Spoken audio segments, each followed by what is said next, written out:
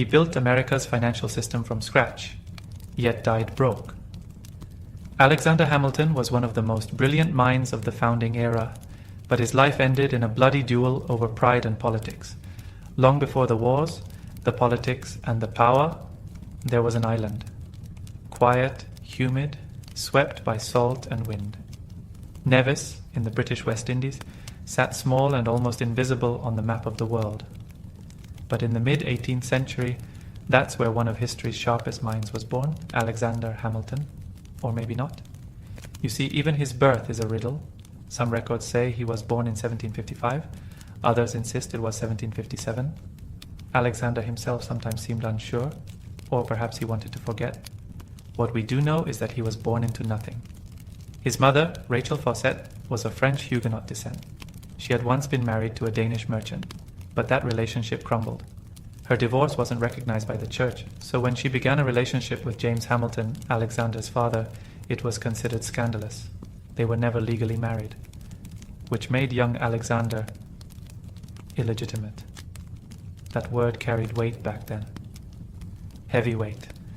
It meant doors closed before you could knock. It meant whispers in the street. It meant shame you didn't earn, but had to carry. Alexander grew up surrounded by economic hardship. His father struggled to find steady work.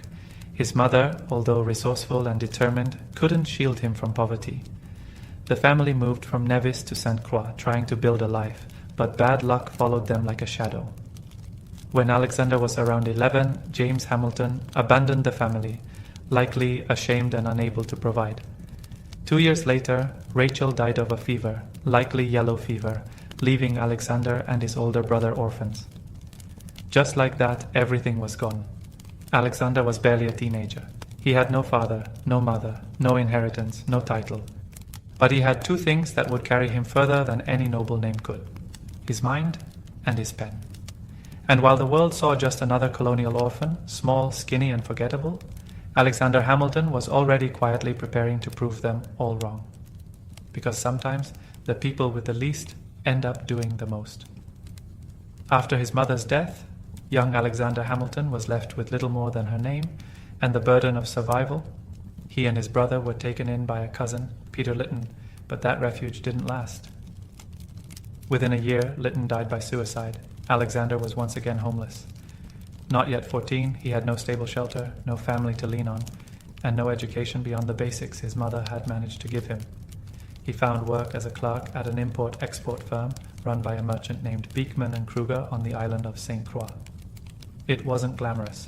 He handled invoices, tracked cargo, calculated currency exchanges, and kept ledgers.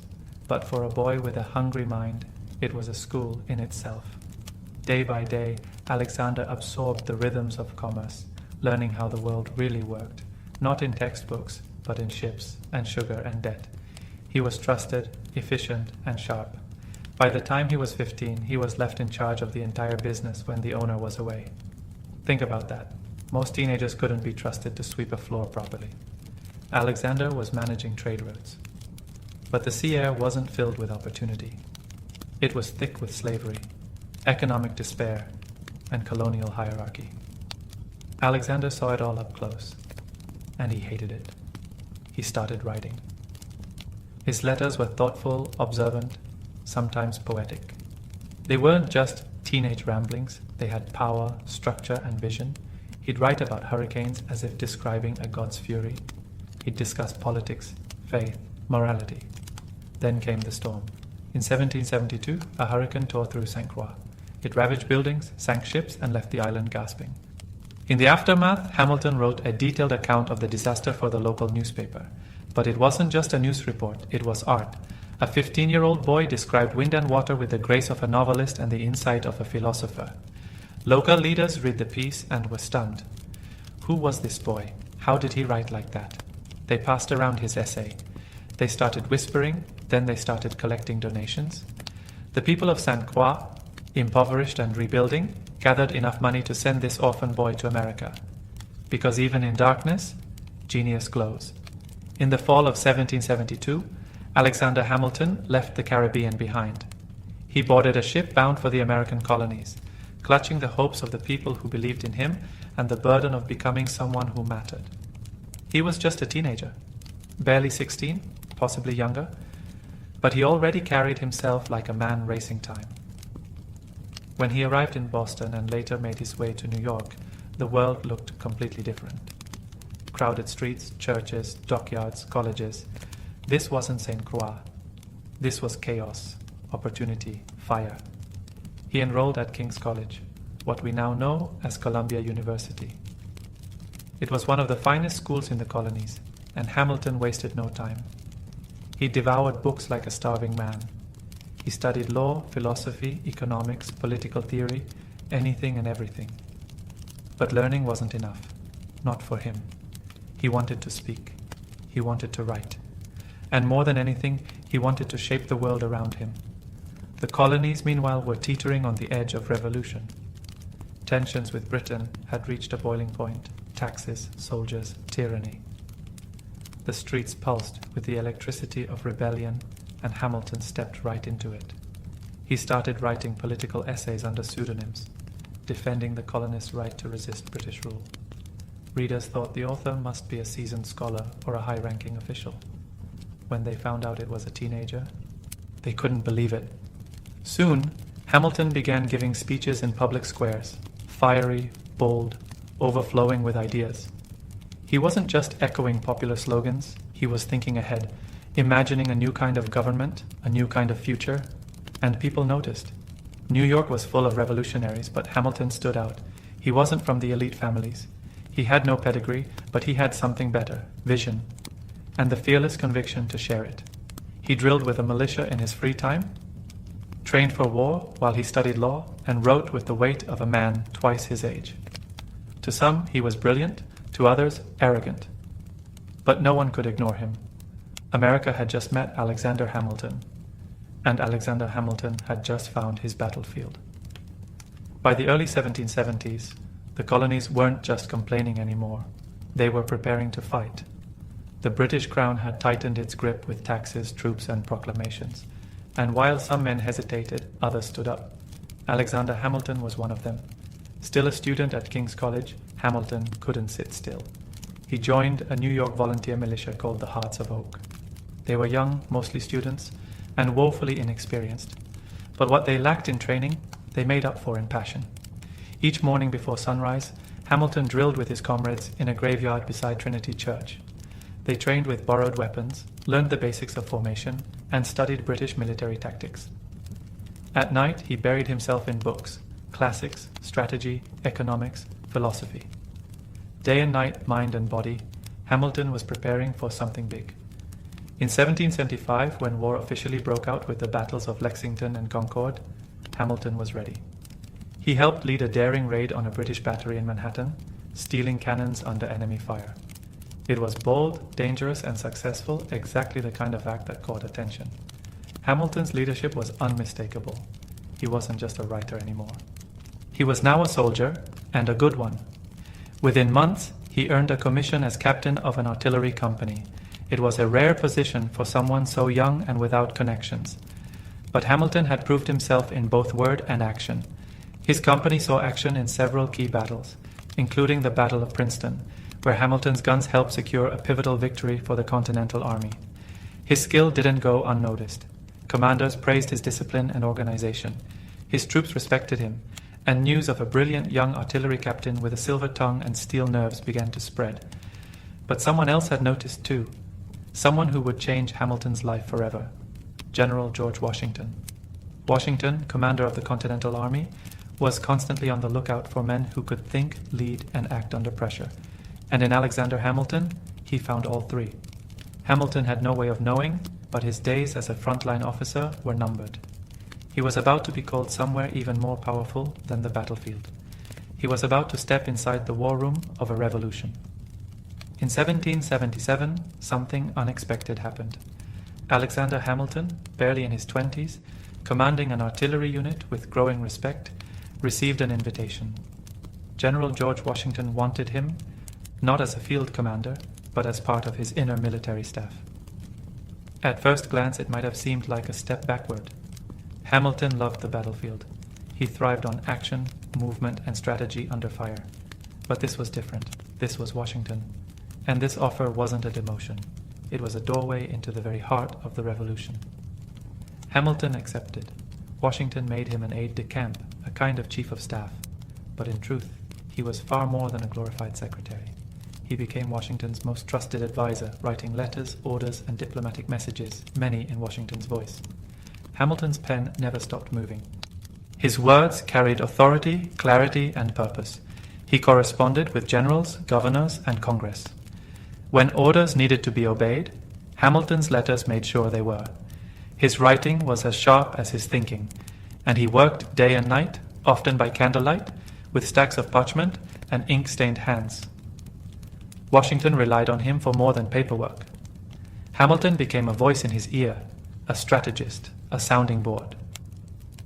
Despite the massive difference in age and status, there was mutual respect. Washington saw in Hamilton something rare, brilliance without hesitation. But Hamilton, despite his loyalty, still craved more. He didn't want to be remembered as just a writer. He yearned to lead men in battle again, to earn personal glory on the field, not just behind a desk.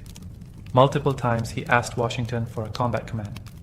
Multiple times Washington denied him, not out of punishment, but because he couldn't afford to lose him.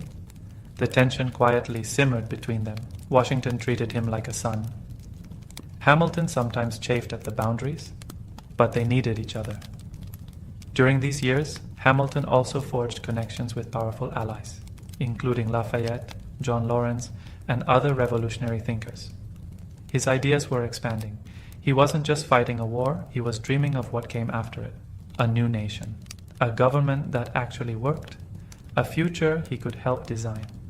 He was still young, still ambitious, and still just getting started. For 4 long years, Alexander Hamilton served faithfully at George Washington's side. He drafted letters that held armies together, organized supply chains during brutal winters, and helped Washington navigate the fragile egos of generals and politicians. His work was vital, there was no denying that. But inside, a fire still burned. Hamilton wanted the battlefield. He didn't just want to write about war, he wanted to fight it. He saw glory in military leadership, in leading charges, in commanding respect, not just for his intellect, but for his bravery. He'd proven himself before, back when he stole cannons under enemy fire and rallied artillery units in battle. But now, confined to paperwork and politics, he felt caged. He asked Washington repeatedly for a field command. Washington declined, repeatedly. To Washington, Hamilton was irreplaceable in his current role. He was efficient, brilliant, and dependable. While other aides came and went, Hamilton stayed. And Washington, often isolated, relied on him like few others. But Hamilton saw things differently. Each time another officer earned a battlefield promotion, each time someone else received the praise and recognition he craved, resentment quietly grew. Hamilton wasn't just hungry for action, he was hungry for legacy. He didn't want to be remembered as a behind-the-scenes figure. He wanted his own legend. The tension reached a breaking point in early 1781. After a minor misunderstanding, Hamilton kept Washington waiting outside a room for just a few minutes. Washington snapped. He rebuked Hamilton sharply, and Hamilton, already simmering with frustration, resigned from his staff position soon after. It was bold. Some might say reckless. But for Hamilton, it was a necessary gamble. He had served loyally. He had earned trust. And now he would take his fate into his own hands. Still, even after resigning, he didn't abandon the cause. He remained connected to the army, continued writing, and kept pushing for a command of his own. And finally, that chance came. Later that year, Washington offered him what he had waited for, his own battalion. The war wasn't over yet, and neither was Alexander Hamilton's climb toward greatness. The pen had served him well, but now it was time to lead with the sword. After years of waiting, writing, and proving himself behind the scenes, Alexander Hamilton finally received what he'd been chasing, command of his own battalion. It was the spring of 1781. The American Revolution was grinding into its final decisive stages, and all signs were pointing toward Yorktown, Virginia. There, British General Cornwallis had dug in with thousands of troops, waiting for reinforcements from the sea. What he didn't know was that the Franco-American alliance was about to strike with full force.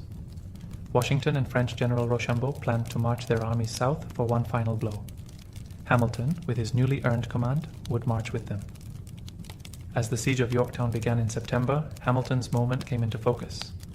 The plan was risky, a nighttime assault on British Redoubt No. 10, one of two key fortifications protecting Cornwallis's position. If they could take it, the siege would tip in America's favor. Washington trusted Hamilton to lead the charge. October 14th, 1781. The night was moonless, thick with tension. Hamilton's men crept toward the redoubt with bayonets fixed, rifles unloaded. Silence was essential. No gunfire, just steel and fury. And then they struck. Hamilton led the attack from the front. He climbed over the enemy defenses under a storm of musket fire, sword in hand, rallying his men forward. Within 10 minutes, 10 brutal, breathless minutes, the redoubt was theirs. The victory at Redoubt 10, paired with the simultaneous French success at Redoubt 9, broke the British lines. Within days, Cornwallis surrendered. The war, for all practical purposes, was over. For Hamilton, that night was more than just a battle, it was vindication. He had proven he was more than a writer, more than a political mind. He had led troops under fire and won. He was still in his early 20s, yet he had already shaped the war from both the desk and the front lines. He had earned Washington's respect once again, this time not just as an aide, but as a warrior. But the battlefield was only the beginning.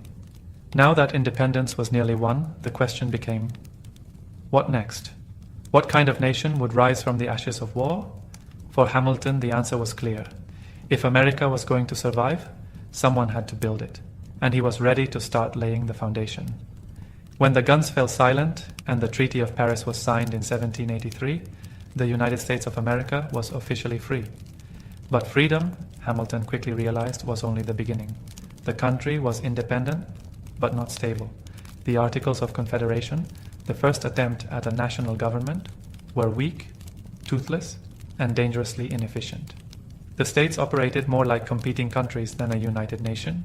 They printed their own money, set their own rules, and squabbled endlessly over borders, taxes, and trade. To Hamilton, it was chaos masquerading as liberty. He left the army and returned to civilian life in New York, where he officially began his career as a lawyer. But his mind was still on the battlefield. Only now, the enemy wasn't redcoats. It was disorder, economic instability, and a lack of federal power. Hamilton believed deeply in structure, in systems, in a central government strong enough to hold the country together. And he feared that without it, everything they had just fought for would collapse. So he started writing again. He wrote essays, letters, and proposals. He joined state political circles, speaking passionately about the need for change. His voice, once used to rally troops, was now used to rally minds. In 1786, he helped organize the Annapolis Convention, a meeting meant to address the country's commercial problems. Only 5 states showed up, and nothing much happened, on the surface.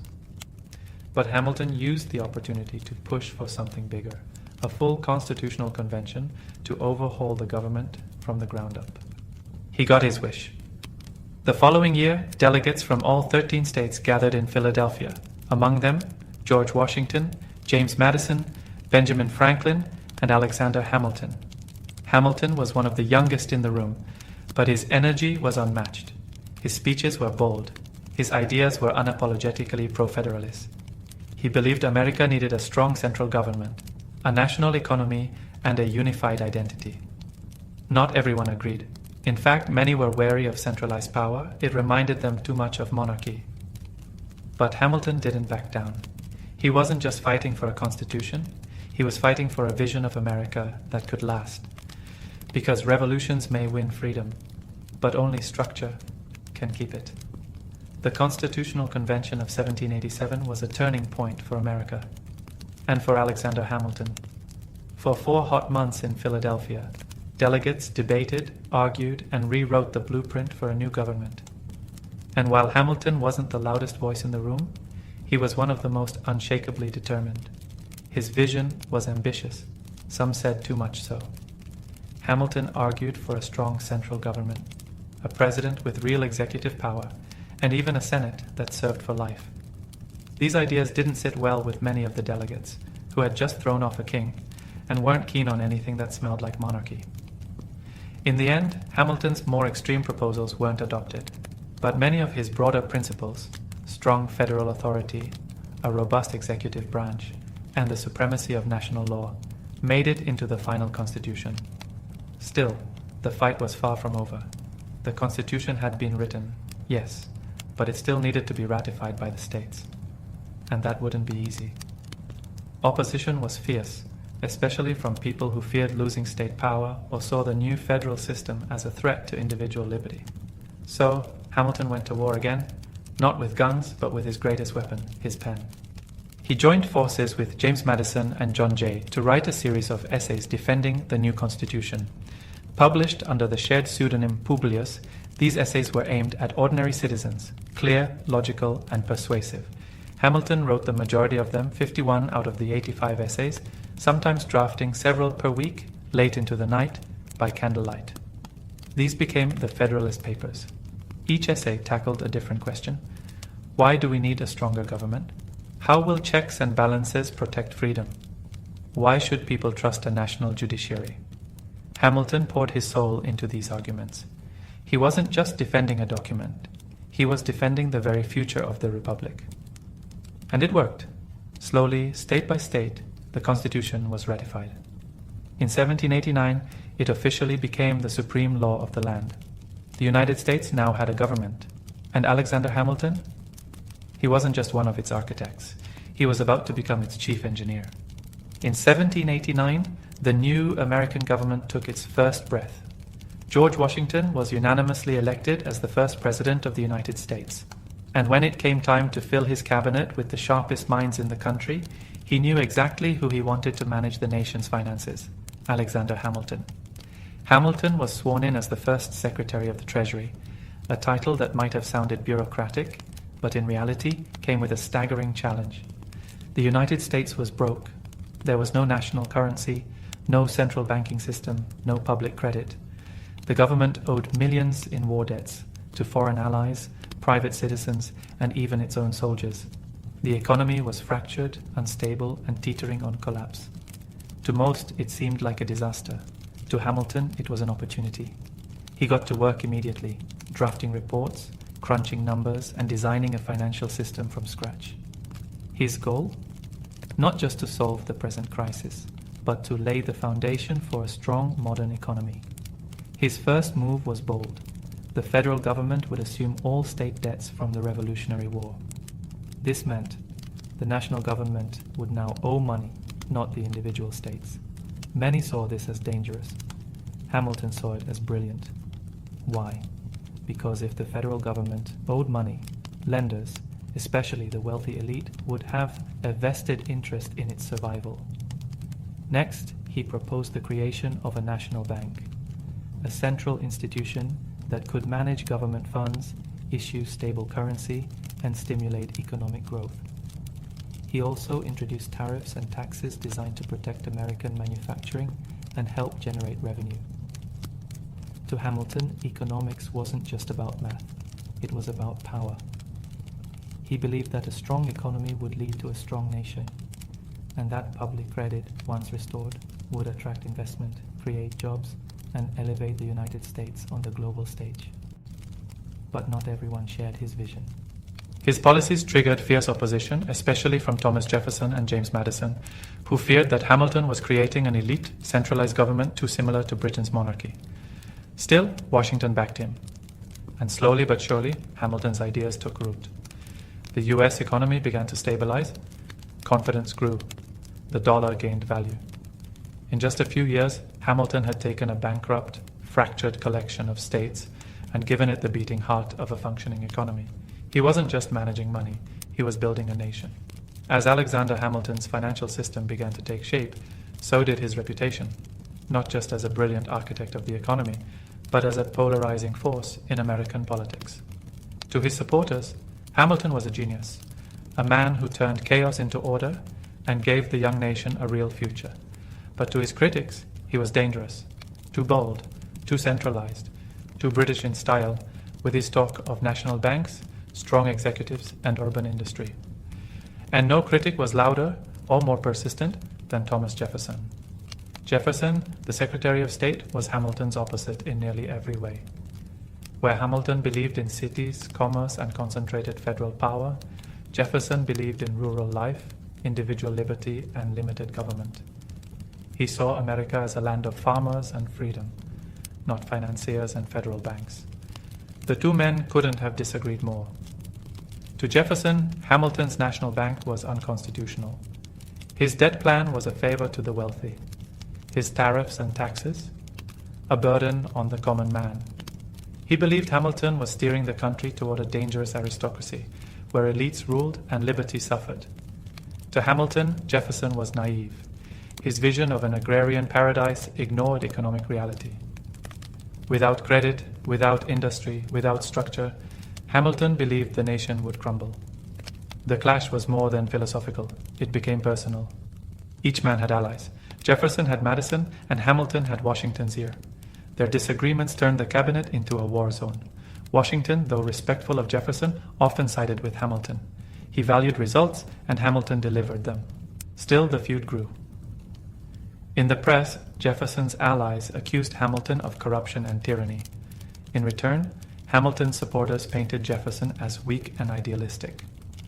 What began as debate quickly hardened into rivalry and eventually birthed something new in American history: political parties. Hamilton's followers became known as the Federalists, Jefferson's the Democratic Republicans. The country, still young and fragile, was now splitting into factions. It wasn't what the Founding Fathers had wanted, but it was what the moment demanded. And right in the center of it all stood Alexander Hamilton, praised, hated, unstoppable. He had built an economy. Now, unknowingly, he had helped build the machinery of American politics. The United States had barely found its footing before it began to divide, not by geography, but by ideology. And at the heart of this division stood two powerful opposing minds, Alexander Hamilton and Thomas Jefferson. Hamilton never intended to start a political party, but his policies, national debt consolidation, a central bank, manufacturing support, and a strong executive, were radical enough to make him a symbol of a broader political movement. His followers, urban merchants, financiers, lawyers, and many war veterans, rallied around his ideas. They called themselves Federalists. On the other side, Jefferson and James Madison spoke to farmers, artisans, and states' rights advocates. They feared that Hamilton's version of government would turn the republic into an oligarchy ruled by banks and elites. They formed what would become the Democratic Republican Party. This was the birth of America's first party system. The press, which had once focused on foreign affairs and commerce, now became weaponized. Partisan newspapers sprang up like wildfire. Hamilton's allies wrote fiery editorials defending central authority and financial discipline. Jefferson's camp countered with blistering critiques, accusing Hamilton of betraying the revolution by building a system that benefited the rich. Hamilton, ever combative, gave as good as he got.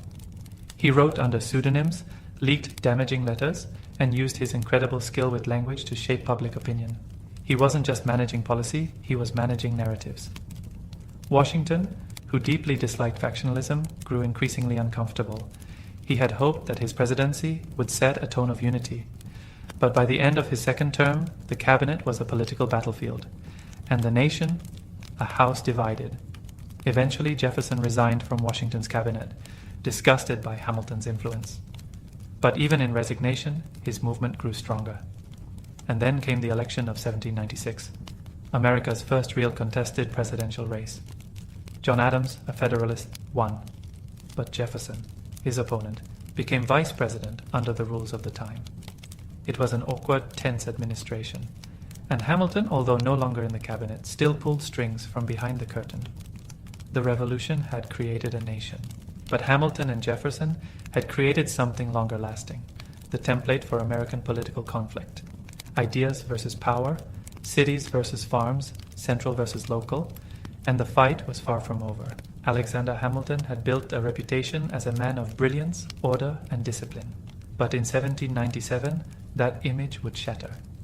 It all began several years earlier, during the summer of 1791. Hamilton, then the Secretary of the Treasury and one of the most powerful men in the country, was approached at home by a young woman named Maria Reynolds. She claimed her husband had abandoned her and asked Hamilton for financial help. He agreed, but what followed wasn't charity. It was an affair.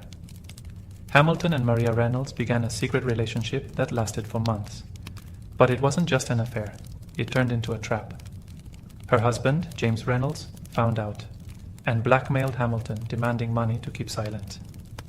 Rather than end the affair immediately, Hamilton continued to pay and continued to see Maria. Eventually, the situation unraveled. In 1797, political enemies, including Thomas Jefferson's allies, uncovered the payments. They suspected Hamilton was involved in financial corruption, using government funds improperly. In reality, the payments were personal, not political, but Hamilton knew the story would explode. So he did something almost unthinkable. He told the truth. In a 95-page public document, now known as the Reynolds pamphlet, Hamilton confessed to the entire affair in shocking detail. He admitted to adultery, to the blackmail payments, and to the personal disgrace it brought, but he denied any financial misconduct in his public office. It was the first major sex scandal in American political history, and it ruined him. Public reaction was brutal. Some were stunned by his honesty. Others repelled by the behavior itself. His enemies used it as proof that Hamilton was immoral and unfit for public life. Even his allies were shaken. His once sterling reputation took a permanent hit. At home, things were even worse. His wife, Eliza, was devastated. The woman who had supported him through war, scandal, and politics now had to endure public humiliation. Hamilton never recovered politically. Though he continued to write and advise, he would never hold public office again. The man who built America's financial foundation had destroyed his credibility with one private mistake. His enemies cheered. But Hamilton, he wrote on, because no matter how deep the scandal, he still believed in shaping the future. After the publication of the Reynolds pamphlet, Alexander Hamilton's world changed. He had exposed himself, not just to save his public integrity, but to own his mistake. But honesty, as it turned out, came at a steep price. The American public was shocked. Many couldn't believe that the architect of the nation's economy, the man once whispered about with admiration, had fallen into such a personal scandal. The whispers turned into headlines, and the headlines turned into laughter. Political opponents pounced. Jeffersonian newspapers had a field day, portraying Hamilton as a corrupt hypocrite, a man who claimed to build a moral republic while living a double life. His affair with Maria Reynolds was used not just to attack his character, but to discredit everything he stood for. Among Federalists, the reaction was mixed. Some admired his honesty, saying it proved he had nothing to hide. Others saw a liability, a man who, despite his brilliance, couldn't control himself. But perhaps the most painful reaction came from within his own home. Eliza Hamilton, his wife, had been his fiercest defender for years. Through war, politics, and public pressure, she had stood by him. But this time, Hamilton had betrayed her trust in the most public way possible. The damage to their marriage was deep and personal. Still, she didn't leave him. And Hamilton, wounded but not silenced, continued to write. He may have lost public favor, but he had not lost his sense of duty. He remained an influential voice behind the scenes. During the contentious presidential election of 1800, Hamilton, no longer in office, tried to shape the outcome anyway. Although he was a Federalist, Hamilton did not trust President John Adams, the head of his own party. The two men had grown to despise each other. So, in a move that shocked even his allies, Hamilton publicly attacked Adams in a scathing pamphlet, calling him unstable and unfit for office. It was political suicide. The attack fractured the Federalist Party and opened the door for Thomas Jefferson to win the presidency. Hamilton had intended to steer the outcome, but ended up sinking his own side. He had once controlled America's finances. Now he was an outsider in a country he helped build. Yet even in exile, Hamilton couldn't help himself. He kept writing, because that's what Hamilton did. He fought, he failed, and he never stayed quiet. By the turn of the 19th century, Alexander Hamilton's influence had faded. He no longer held public office, the Federalist Party was splintered, and his personal reputation, still scarred from the Reynolds scandal, kept him on the fringes of power. But if Hamilton was drifting from the center of politics, someone else was quickly stepping into it. Aaron Burr. Sharp, ambitious, and unpredictable, Burr was a man Hamilton had never trusted. The two had crossed paths in New York politics for years. Burr was charismatic, calculating, and well-connected. He could charm a crowd just as easily as he could undercut an opponent. To Hamilton, Burr was dangerous, not because of what he believed, but because he seemed to believe in nothing. In the election of 1800, the rivalry between Burr and Hamilton deepened. Burr ran as Thomas Jefferson's running mate on the Democratic-Republican ticket. But due to a quirk in the Electoral College system at the time, both Jefferson and Burr received the same number of electoral votes, a tie. The decision went to the House of Representatives, and Hamilton, though no friend to Jefferson, made a stunning choice. He backed Jefferson. In letters and conversations with Federalist representatives, Hamilton argued that while he disagreed with Jefferson's politics, at least Jefferson had principles. Burr, in Hamilton's eyes, had none. "Burr loves nothing but himself," he wrote. "He is as ambitious and unprincipled as he is dangerous." It was a critical move. Jefferson was selected as president. Burr became vice president, but he knew exactly who had cost him the top seat. Hamilton had made a powerful enemy, and Burr never forgot. Over the next few years, Burr's political fortunes declined. He was sidelined during Jefferson's presidency, and eventually found himself isolated, much like Hamilton. But unlike Hamilton, Burr was not content to fade quietly. The tension between the two men smoldered. Through letters, speeches, and political maneuvering, Hamilton continued to publicly insult Burr's character. He warned anyone who would listen that Burr posed a threat to the Republic. It wasn't just politics anymore, it was personal. Two men, two careers in decline, and one final confrontation creeping closer. Neither of them knew it yet, but the fuse had already been lit, and it would explode in blood. By 1804, the political landscape had changed. Again. Thomas Jefferson was in his second term as president, and Aaron Burr, still serving as vice president, was now completely cut off from the power he once tasted. Rejected from Jefferson's inner circle and politically stranded, Burr set his sights on a new opportunity, the governorship of New York. It was a chance to reclaim relevance, to reset the game. But Alexander Hamilton, never one to stay silent, refused to let that happen. Throughout Burr's campaign, Hamilton worked behind the scenes to block him. He wrote letters to influential figures, urging them not to support Burr. He warned that Burr was corrupt, unpredictable, and unworthy of trust. The most unfit and dangerous man of the community, Hamilton called him. It was political sabotage. And it worked. Burr lost the election. Publicly humiliated and privately enraged, Burr blamed one man for his defeat, Alexander Hamilton. Shortly afterward, a letter was published in a newspaper. In it, Dr. Charles Cooper, a friend of Hamilton's, described Hamilton's opinion of Burr at a private dinner. According to Cooper, Hamilton had said things still more despicable about Burr than what had been published. That was it. Burr demanded a retraction. Hamilton refused. He admitted to criticizing Burr's political conduct, but not to calling him despicable. That, he said, was hearsay. But Burr didn't want a clarification. He wanted a reckoning. So he sent a letter, a formal challenge, a duel. At first, Hamilton hesitated. Dueling was illegal, dangerous, and against his own moral beliefs. He had lost friends to duels. He had spoken against them publicly. He had a family. He had sons. He had a legacy. But he also had pride. Hamilton feared that rejecting the challenge would brand him a coward. He believed that honor mattered, and so he accepted. He began to put his affairs in order. He wrote a letter to Eliza, expressing his love. He drafted a statement explaining that he intended to throw away his shot, not to kill, but to preserve honor without bloodshed. But duels didn't always go according to plan. On the morning of July 11, 1804, Hamilton and Burr would meet on the cliffs of Weehawken, New Jersey. Two men, two pistols, and one final moment that would change American history forever.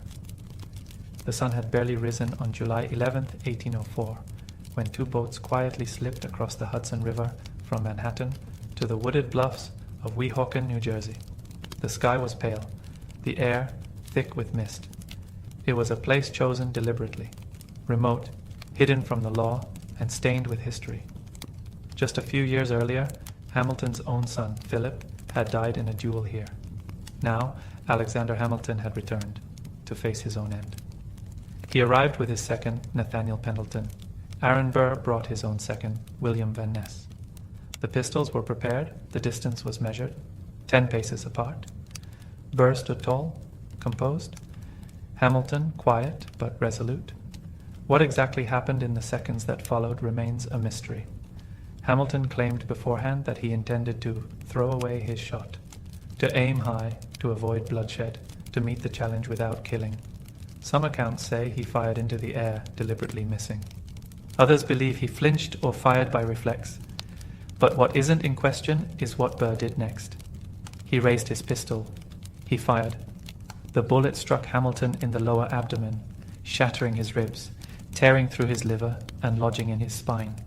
He collapsed almost instantly. Burr, stunned by the damage, stepped forward, then turned and walked away. Hamilton was rushed back across the river, unconscious, bleeding, and barely alive. He was taken to the home of a friend in Greenwich Village, where his family soon gathered. He lived for 31 hours. During that time, he drifted in and out of consciousness. He spoke to his wife, Eliza, asked for forgiveness, and received last rites. His friends came to say goodbye. His children held his hand.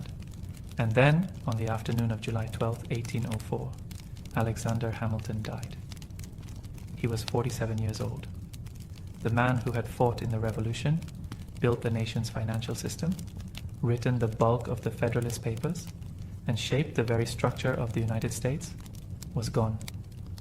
Killed in a duel that history would remember as a tragedy, a waste, and a final chapter written in gunpowder and pride.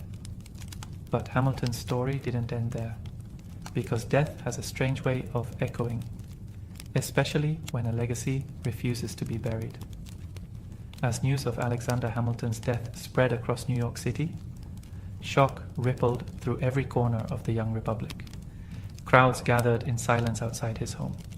Federalists mourned the loss of their intellectual anchor.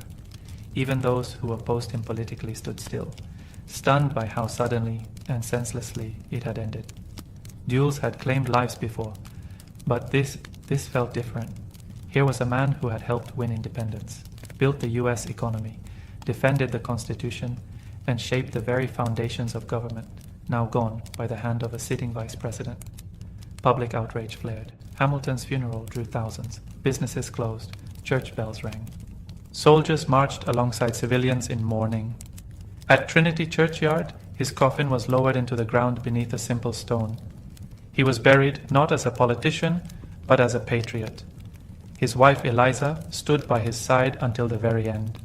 In the days after his death, Eliza faced a mountain of debts and 7 surviving children to raise.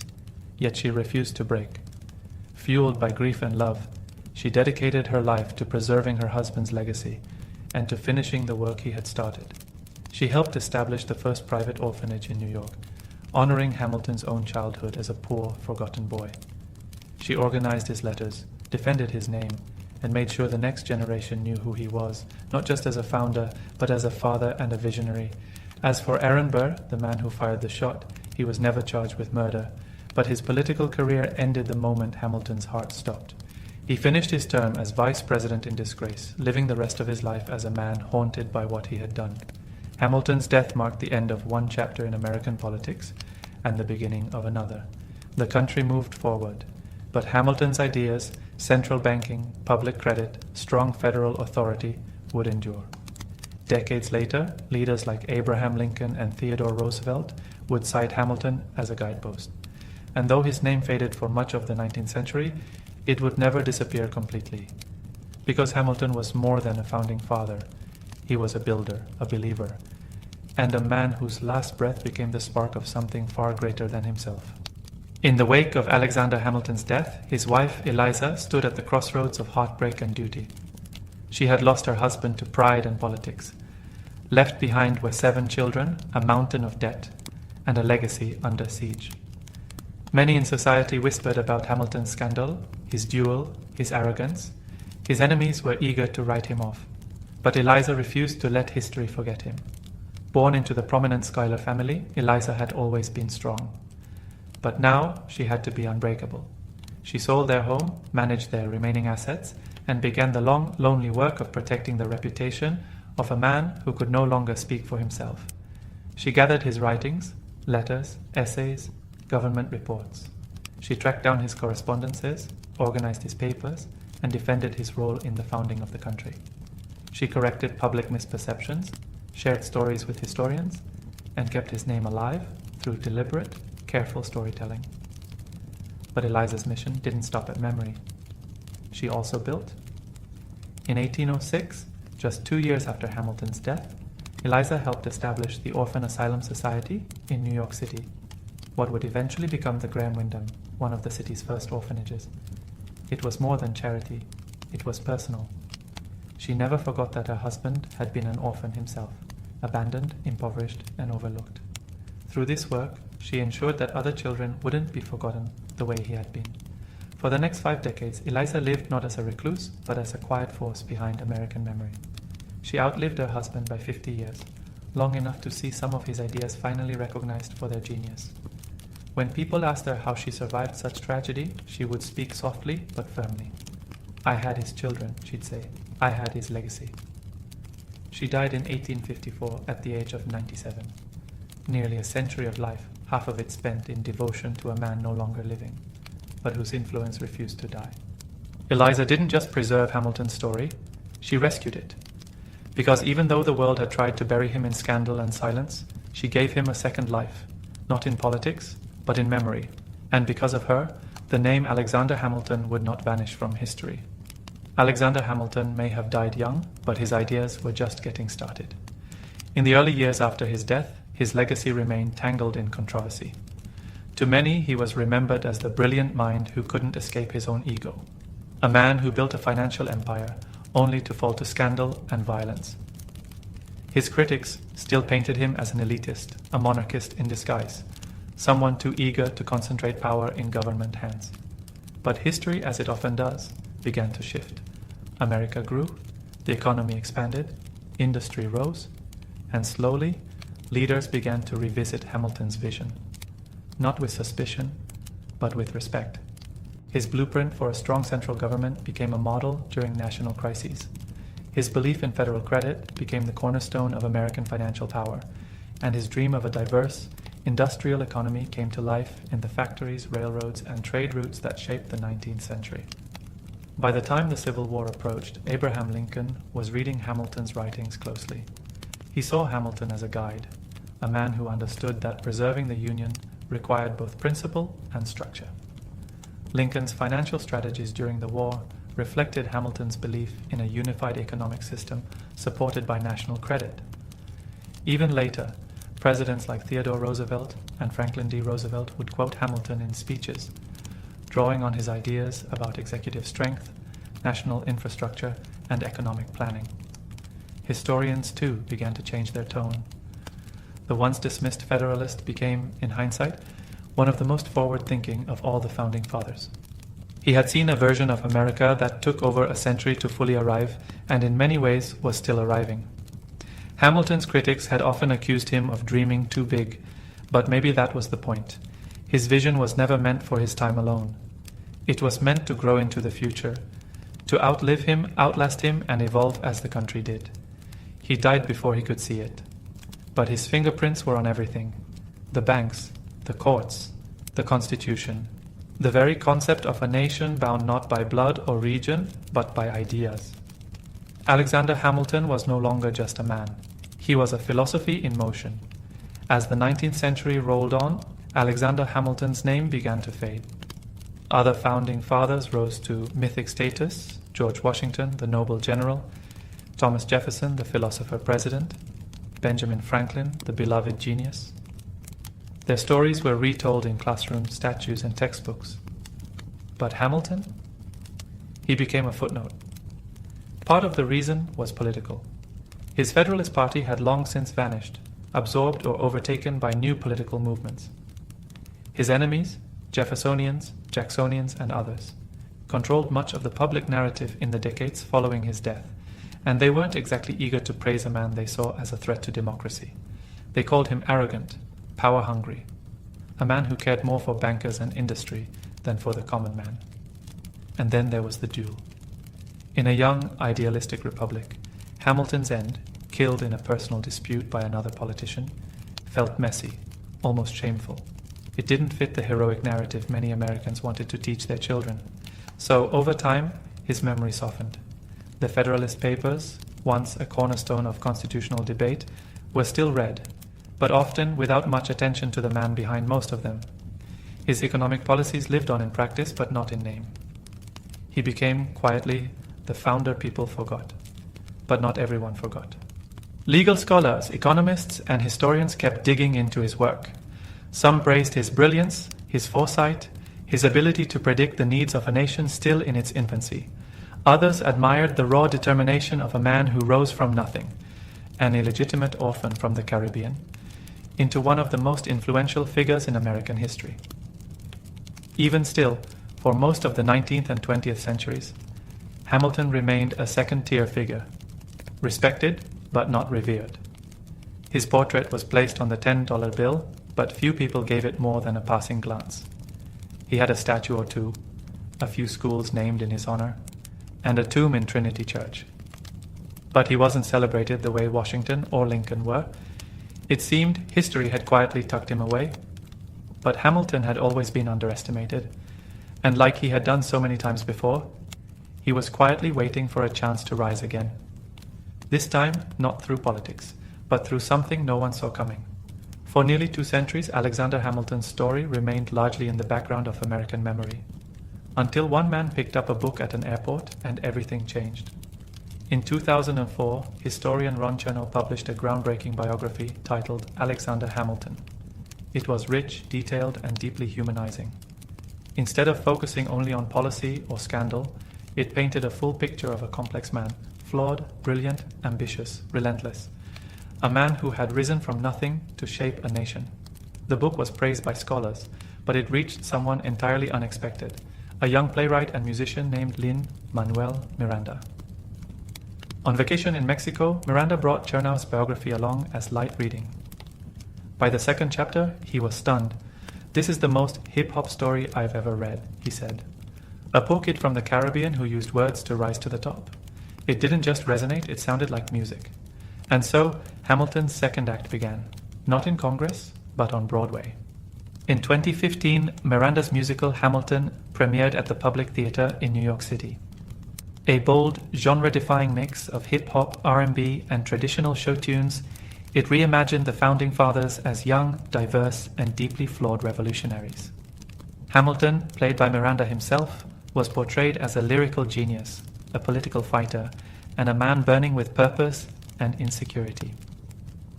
The show cast actors of color in the roles of America's founders, giving new voice and new relevance to an old story. Audiences were electrified. The show moved to Broadway later that year, earned a record-breaking 16 Tony Award nominations, won 11, and went on to win the Pulitzer Prize for Drama.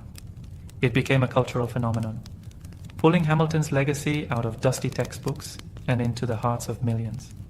Suddenly, the world wanted to know, who was Alexander Hamilton? Students began reading the Federalist Papers. Visitors flocked to Trinity Church and the Hamilton Grange. Sales of Chernow's biography skyrocketed. And more than anything, people began to understand what Eliza Hamilton had fought so hard for, to make sure her husband's story was not forgotten. Hamilton had always believed in the power of words. Now, more than 200 years after his death, it was words and music that brought him roaring back to life. When Hamilton, an American musical, exploded onto the stage, it didn't just entertain, it educated.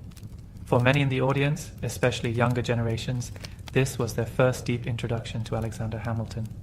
And not the Hamilton from old history books. The musical brought him to life with rhythm, emotion, and modern urgency. Suddenly, students were quoting Federalist number 10 in classrooms. History teachers were updating lesson plans. College courses began, including the lyrics alongside primary source documents. Museums saw surges in attendance. Even Google searches for Alexander Hamilton spiked into the millions. Hamilton had become cool. But it wasn't just about music or rhyme schemes. The story resonated because it was universal. Here was a man born out of wedlock, raised in poverty, an immigrant with no status or title who rose by the sheer power of his intellect, ambition, and resilience. His flaws, his pride, his temper, his insecurities were not hidden but explored. In many ways, Hamilton became a mirror for immigrants, for underdogs, for dreamers, for anyone who had ever been told they didn't belong. Lines like, "I am not throwing away my shot," or "Immigrants, we get the job done," became rallying cries. The themes of legacy, sacrifice, and the weight of history struck chords in a divided, uncertain world. And while the musical took creative liberties, as all dramatizations do, it sparked something rare. Genuine curiosity about the real man behind the melody. Historians, at first skeptical, began to applaud the phenomenon. It didn't replace academic study, but it opened doors. It got people asking questions. It brought forgotten stories into the light. The show's cultural impact even reached the highest levels of government. Former President Barack Obama called it a story about America then, told by America now. Tickets were gifted to students. The cast performed at the White House. More than 2 centuries after his death, Hamilton was not just remembered, he was relatable. In his own time, he often felt like an outsider, misunderstood, too bold, too fast, too much. But now, the world finally caught up, and the man once buried by scandal and politics now had history's full attention. Because once forgotten stories are told loud enough, they can echo through time. As the spotlight returned to Alexander Hamilton in the 21st century, people began to look at his ideas, not just his life, and realize something extraordinary. So much of what America is came from him. From the very beginning, Hamilton was thinking not just about independence, but about what came next. While others fought to break free from Britain, Hamilton focused on how to build something that would last. And many of the systems he envisioned, systems criticized in his own time, are now seen as foundational. Take the national economy. When Hamilton proposed the federal assumption of state debts and the creation of a national bank, critics screamed that it was tyranny in disguise. Today, those ideas are standard. America's credit system, the Treasury Department, and the very concept of public finance were all shaped by his blueprint. Then there's the Constitution. While others hesitated over its limitations, Hamilton helped sell it to the public with unmatched force. The Federalist Papers, which he wrote the bulk of, are still referenced in Supreme Court decisions today. His defense of strong federal authority laid the intellectual foundation for a united country. Even the executive branch, the power of the presidency, the role of the cabinet, and the checks between branches of government reflect Hamilton's influence. He feared mob rule just as much as monarchy, and he worked endlessly to balance liberty with law. He also envisioned America as a place not just of ideals, but of industry. He pushed for manufacturing, infrastructure, and innovation.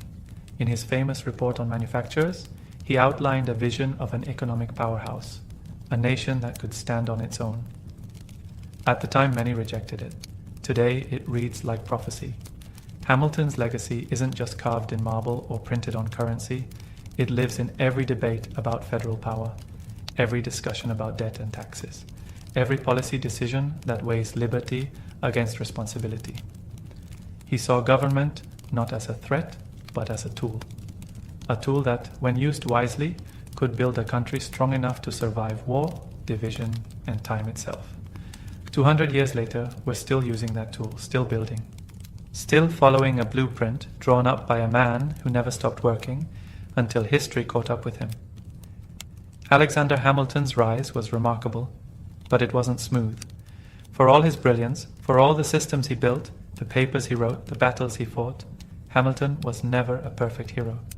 In fact, what makes his story resonate today isn't just his success, but his flaws. Hamilton was often his own worst enemy. His pride, for starters, was enormous. He believed, often rightly, that he was the smartest man in the room. But that belief came at a cost. He insulted political allies, alienated colleagues, and when given the chance to stay quiet, he almost never did. Take the Reynolds affair. Many in his circle advised him to stay silent, let the rumors fade. Instead, he published a 95-page confession, publicly, in detail. To protect his political reputation, he torched his personal one.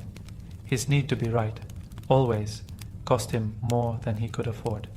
He also had a sharp temper. Words were his weapon, and he wielded them with surgical cruelty when provoked. His political writings were ruthless, even against fellow Federalists.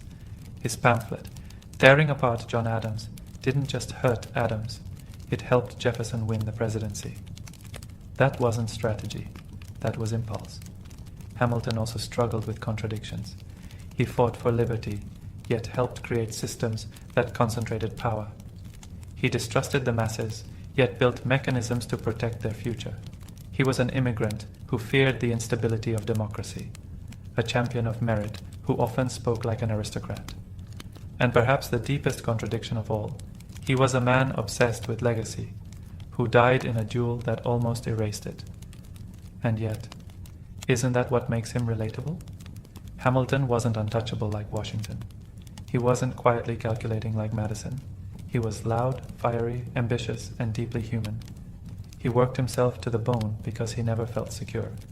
He pushed too hard because he feared being forgotten. He made mistakes because he refused to play safe. And that's why, centuries later, his story still speaks. Because Hamilton wasn't a legend carved in stone. He was flesh and blood, genius and flaw, a man who tried, failed, rose, fell, and kept going. He wasn't perfect. He was real. Legacies are strange things. Some are carved in stone, immediate, obvious, larger than life. Others are quieter, buried for a time, waiting for someone to dust them off and see them clearly. Alexander Hamilton's legacy lived somewhere in between. In his lifetime, he fought for influence. After his death, he faded into the background. But now, more than 200 years later, he's everywhere, in classrooms, theaters, political debates, and social movements. What makes his legacy so powerful today isn't just what he did, it's what he represents.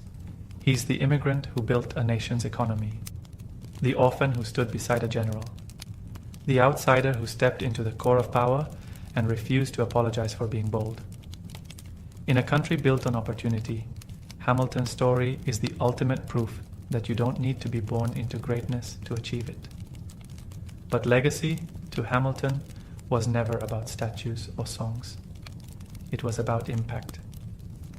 He once asked a haunting question, "What is a legacy?" It's planting seeds in a garden you never get to see.